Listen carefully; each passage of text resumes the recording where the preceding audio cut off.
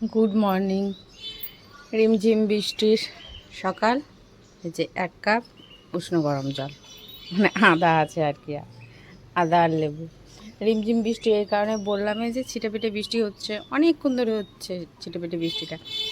প্রায় ধরো যে 7টা 10 কি 7:15 এরকম হয়েছে বৃষ্টিটা শুরু। তখন থেকে হয়েই যাচ্ছে একভাবে, একটু কম হয়েছে। এই যে এখন রোদ মামা আসছে, সূর্যি মামা দেখা দিচ্ছে। আর এই যে এদিকে এটা মেলা গামছা, এদিকে গামছা, এগুলো যা দেখতে পাচ্ছ এ হচ্ছে ভাই আর দীপ গেল তোমার নৈহাটি বড় মার কাছে গেছে।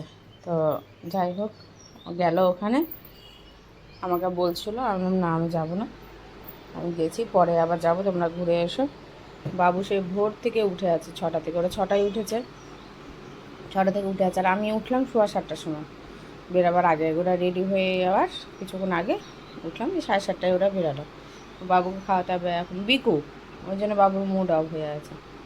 আর বাবুর যে কালকে 3টে নখ কেটেছে খুব কষ্টে, এখনও কাটতেও ধরলাম। তো যাই হোক, মানে উল্টো হয়ে গেলে দেখবে নখটা কাটা যায় না। তো একটু দেরি হয়ে গেলো বলে ওর ঘুমটা ভেঙে গেল। যদি সোজাভাবে ঘুমিয়ে থাকতো তাহলে নখটা কেটে নিতে পারতাম। সকালবেলাতেই এত ছিটপিটানি যদি দেয়, সারাদিন তো পড়েই আছে। যে বিকু নিয়ে আসলাম, ওকে বিকু খাইয়ে দিই। আর ওরা 7:30টার সময় বেরোলো। অ্যালার্ম দিয়েছিল 4টার সময়, শোনো, ওরা বললো যে 5:30, 5টার মধ্যে বেরিয়ে যাবে, 1 ঘন্টা লাগবে রেডি হতে। শুশু করছে, হ্যাঁ। এবার অ্যালার্ম বেজেছে, দুজনের মধ্যে একজনের ঘুম ভাঙেনি, ঘুম ভেঙেছে আমার, আমি অ্যালার্ম বন্ধ করে দিয়েছি। লাস্ট ছিল 4:10, 4:10-এর অ্যালার্ম বাজলো, দেখছি ঘুম ভাঙছে না, আমি বন্ধ করে দিলাম। তো যাই হোক, ঘুম থেকে উঠে কটায় উঠেছে সেটা সঠিক জানা নেই। আমি মনে হয় 6টার সময় বললাম যে ঘুম থেকে উঠেছে, আমি জানি না কটায় ঘুম থেকে উঠে, মানে উঠেছে ঠিকই, আমি সময়টা দেখিনি যে কটা বাজে, শুধু এত কানে আসলে কিরে উঠ উঠ উঠ উঠ বাজে, মানে বাজে এটা এসছে। এবার কটা বাজে সেটা আসলে হয়তো 6টাই হবে সম্ভবত, কারণ ঘন্টাখানিক তো লাগবেই রেডি হতে। তো বলছে উঠতে যাবি না, উঠবি যাবি না, দীপ তো উঠে বসে গেছে। তো বলছে উঠ, রেডি হ তাড়াতাড়ি করে ঝটপট করে।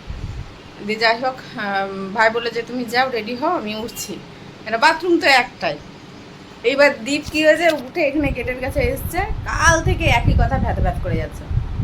আমি না পাতে বললাম নাকি কাল থেকে একই কথা বলে যাচ্ছ, আরে বাবা রেডি হও না। রেডি হতে হতে যে সময়টা হবে সেই সময় বেরিয়ে যাবে, হয়ে গেল। ও 4টার সময় তো ঘুম থেকে ওঠোনি। দিয়ে না চুপ করে গেছে, আর কিছু বলেনি। তারপরে ও আগে রেডি হলো, তারপর মানে হয়ে গেছে, দিয়ে টাইম মতো 7:30টার সময় বেরিয়ে পড়লো। তখন থেকে জেগে আছি আমি, ঘুমোইনি, ঘুম আসেনি। ঘুমিয়ে পড়লে হয়তো ঘুমটা চলে আসতো। তো দেখলাম যে না, সবাই সবাই যখন ঘুমটা ভেঙেছে, মুডটা একদম পুরো ফ্রেশ আছে। হয় না যে ঘুম ভাঙার সাথে দেখবে যে কেমন একটা জীবনী জীবনী ভাব লাগে, একের সঙ্গে খুব সুন্দর লাগে। তো ওই জিনিসটাই হয়ে আছে, তার জন্য আমি আর এক ফোঁটাও ঘুমালাম না। উঠে বসলাম, একটু সময় পার করছি আর কি। আর কিছু কাজ আছে কালকে করে রাখিনি, এখন বসে বসে করলাম ওটাকে কমপ্লিট। আর হুলুর ওই যে একটা চেষ্টা করলাম নখ কাটা, কালকে 4টে নখ কেটেছি, 3টে, আরেকটা নখ কেটেছি। ওই নখটা কাটার সাথে সাথে দেখছি একদম নিজে নিজে গুঁড়ো হয়ে গেছে, মানে একদম পুরো মানে নষ্ট টাইপের হয়ে যায়, যে ওরকম নষ্ট টাইপের হয়ে গেছে। তো ওটা করেছিলাম খেলতে খেলতে। তো এখন কাটতে বসলাম, উল্টো হয়ে গেছে, মানে বাঁ হাতে আমাকে নেল কাটতে, এবার বাঁ হাতে নেল কাটারটা নিচ্ছি। তো আমি ওর নখটা দেখে বুঝতে পারছি না যে কতটা পরিমাণে কাটতে হবে, ওই নখটা হয়ে আছে কালো। এবার হাত উঠিয়ে আমি দেখেছি যে এতটা কাটতে হবে, এবার দিব, তখনই একটু ফসফসিয়ে উঠে গেছে। থেকে থেকে নখ তো কাটা যায় না, জানি তো না ভালো করে। তো আবার যদি ঘুমোই তখন আবার ভাবছি যে একটা ফট করে কেটে নেবো, সোজা হয়ে থাকলে বেশি সুবিধে হয়। তো দেখা যাক কীভাবে কাটতে পারি। একটা শুধু হাতের গালে সামনের নখ কাটতে পারি, বাকি 3টেই পায়ের কেটেছি। তো পায়ের আরও 2টো নখ আছে বড় বড়, ওই দুটো দুই সাইডের ওটা কাটতে হয়। মাঝের নখগুলো তাও মোটামুটি আছে, ওগুলো না কাটলেও চলবে, এটাই আর কি। তো ঠিক আছে, সারাদিন সঙ্গে থাকো। কালকে গেছিলাম বাজার, বাজারগুলো তোমাদের সাথে শেয়ার করব। অনেক কিছুই নিয়ে এসেছি, আবার যাব মাছের বাজার, আজকে রবিবার। তো এই বাজারেই যাব। আর ওই বাজার গেলে বেশি ভালো হয়, অনেক কিছুই পাওয়া যায়। এটা একটু ছোট্ট বাজার, আবার ভাবছি যে ওই বাজারে যাব আসবো, অনেকটা সময় লেগে যাবে নাকি। তো দেখা যাক কী করি, হয়তো এই বাজার না ওই বাজার। ওই বাজার গেলে তোমার ওই মেটে কচকচিটা পাওয়া যায়, এই আর কি। ঠিক আছে।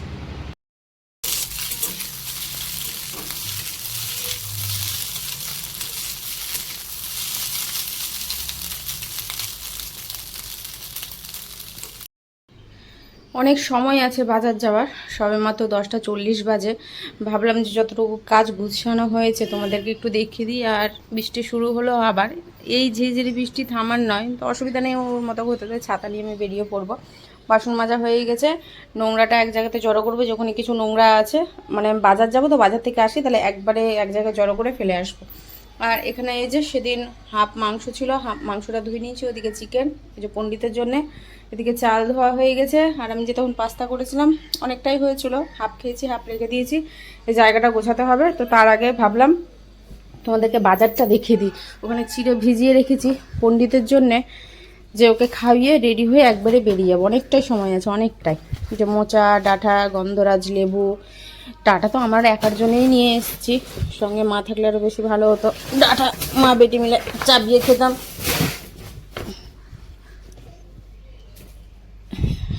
এই যা নষ্ট হয়ে যেত গো, রাত্রিবেলাতে কত সুন্দর হয়েছিল। আচ্ছা বেছে বেছে নেব। আর লাল শাক নিয়ে এসেছি, বাছবো, ভরবো। ঝিঙে, পটল, এই যে লাউ, চাল কুমড়ো, শসা, পেঁপে, গাজরটা একদম খেয়াল ছিল না যে আসার পথে নেব বলে। আর এখানে হয়েছে ঢ্যাঁড়স, ঢ্যাঁড়স দুজনাই পছন্দ করে। আমি একটা কাণ্ড করেছি, কাণ্ডটা কি আসবে তোমরা। ভিডিও কি করেছি জানো, ভয়েস দিতে হবে, ভয়েস দিইনি, তার আগে কি করেছি, এক্সপোর্টে বসিয়ে দিয়েছি। ভয়েস দিচ্ছে একদম শেষের দিকে গিয়ে যতটুকু জানাবার। এবার মাঝে যে প্রথম থেকে শুরু করে মাঝখান অবধি, যে একদম প্রথম থেকে পড়াটা ভুল হবে, মাঝখানে একটা ভয়েস দিতে হবে, কি কি বৃত্তান্ত, ওটা দিইনি। করে নেওয়ার পর আমি যখন আপলোডে দেবো তখন আমি তো ভয়েস দিইনি, ওখানে তো একটু ফাস্ট ফরওয়ার্ড করা আছে। তো দেখি এখন সময় পাবো কিনা জানি না, নাহলে হয়তো আজকে নাও যেতে পারে, কাল এমনিতে লেট করে দিয়েছি। দেখছি, সবই অবস্থার উপর ব্যবস্থা, রান্নাও অবস্থার উপর ব্যবস্থা, আমার এই কাজটাও অবস্থার উপর ব্যবস্থা। দেখছি যদি হয়ে যায়, রান্না কাজে ফাঁকে, মনে হয় না আজকে হবে, মানে কিছু কাচারও আছে। দেখছি দেখছি, কেন শাক বাছার আবার ব্যাপার আছে, শাক বেছে দেখি কতটুকু পাচ্ছি। কলমির শাকটা নষ্ট হয়ে গেছে, কালকে একটা কত সুন্দর হয়েছিল, না হয়তো বুঝতে পারিনি, এটাও হতে পারে, রাতের অন্ধকারে যে জায়গাটায় বসেছিল এটাও হতে পারে। হ্যাঁ ঠিক আছে, কী করা যাবে। এই মাত্র আসলাম, ওই যে মাছের ব্যাগ, দুটো মাছ নিয়েছি, একটা হলো তোমার রুই মাছ, আর একটা হলো চিংড়ি মাছ। ছোটো চিংড়ি পেলাম না, আর যাও বা ছিল একদম পুরো লাল লাল গলা গলা, ভালো লাগলো না। তো যাই হোক, পরে এক সময় আমি যে পেয়ে যাবো, এই টাইমে তো পাই, তো যাই হোক পেলাম না, কেন কি জানি, একদম পুরো ফাঁকা হয়ে গেছে, পুরো ফাঁকা হয়ে গেছে 11টার সময় গিয়েও। ভাগ্যে 11:30টার সময় যাই, নাহলে কিছুই পেতাম না। তো এসে বলছি গল্প।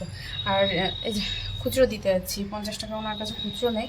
দোকানে গেলাম তো দোকানেও দিল না।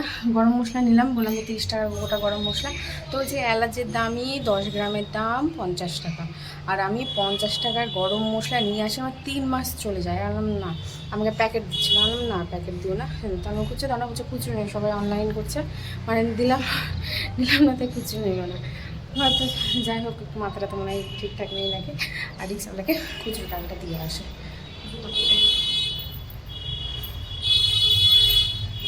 আমি বললাম যে তুমি একটু দাঁড়াও, আমি এনে দিচ্ছি তোমাকে। বলেছি ঠিক আছে, আর চিনে গেছে তো দেখে তো আমাকে, বলছে হ্যাঁ অসুবিধা নেই, তুমি নিয়ে কিছু পরে দিলেও হবে না, আমি পরে দেবো, দেখে নিয়ে আসছি, চল দিয়ে আসি।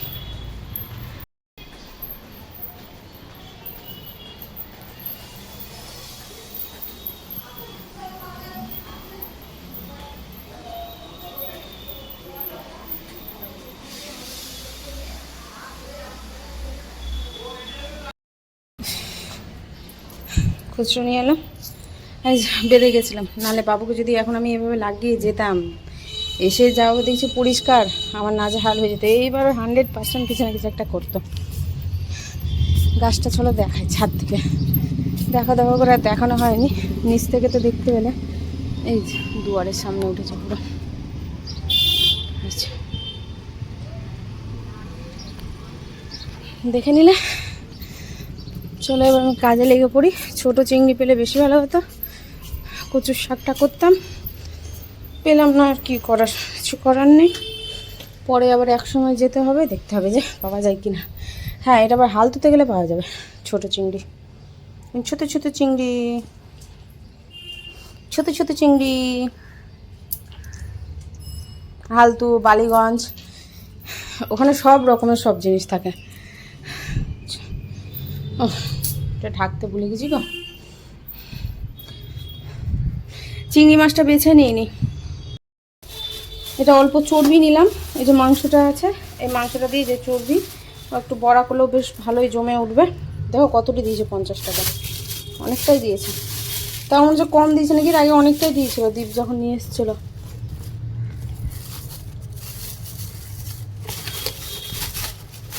যাই হোক, 50 টাকা চর্বি যে দেয় এটাই অনেক না।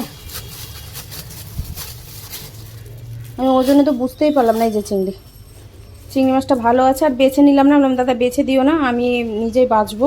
এই যে সেদিন বাটা করেছিলাম বাটার জন্যে, নাহলে ওরা তো সবই বাদ দিয়ে দেয়। আর এখানে আছে সেই মাছ, এখন এটাকে ফ্রিজে ভরবো, নোংরাগুলা গুছিয়ে বাইরে বার করব।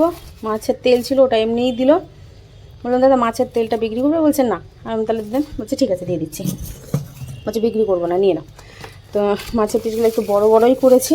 আলাম যে ছোটো হলে তো একদম ছোটো হয়ে যাবে, আমি বড়ো করতে চাইছি। বলছে রিং পিস করে নাও, রিং পিস করলে আবার বড়ো হবে না। বলছে না আমি করে দিচ্ছি। এই যে ওনার মতো করে সুন্দর করে দিয়েছে, ভালো লাগছে। মাছের তেলটা রেখে দেবো, মাছ রেখে দেবো। এই মাছটার দাম খুবই কম নিল, মাছের দামটা। আর প্রথমে যার কাছে ঢুকলাম, বাকি তো সবাই একদম গুটি কাটে নিয়েছে। কাটা মাছ কোথাও মানে কেটে রাখা মাছ কোথাও দেখতে পেলাম না, সব গোটা গোটা। বলছে কেটে দেবে না, গোটাই নিতে হবে। প্রায় এক একটা 2 কিলো 2.5 কিলোর মতো ওজন।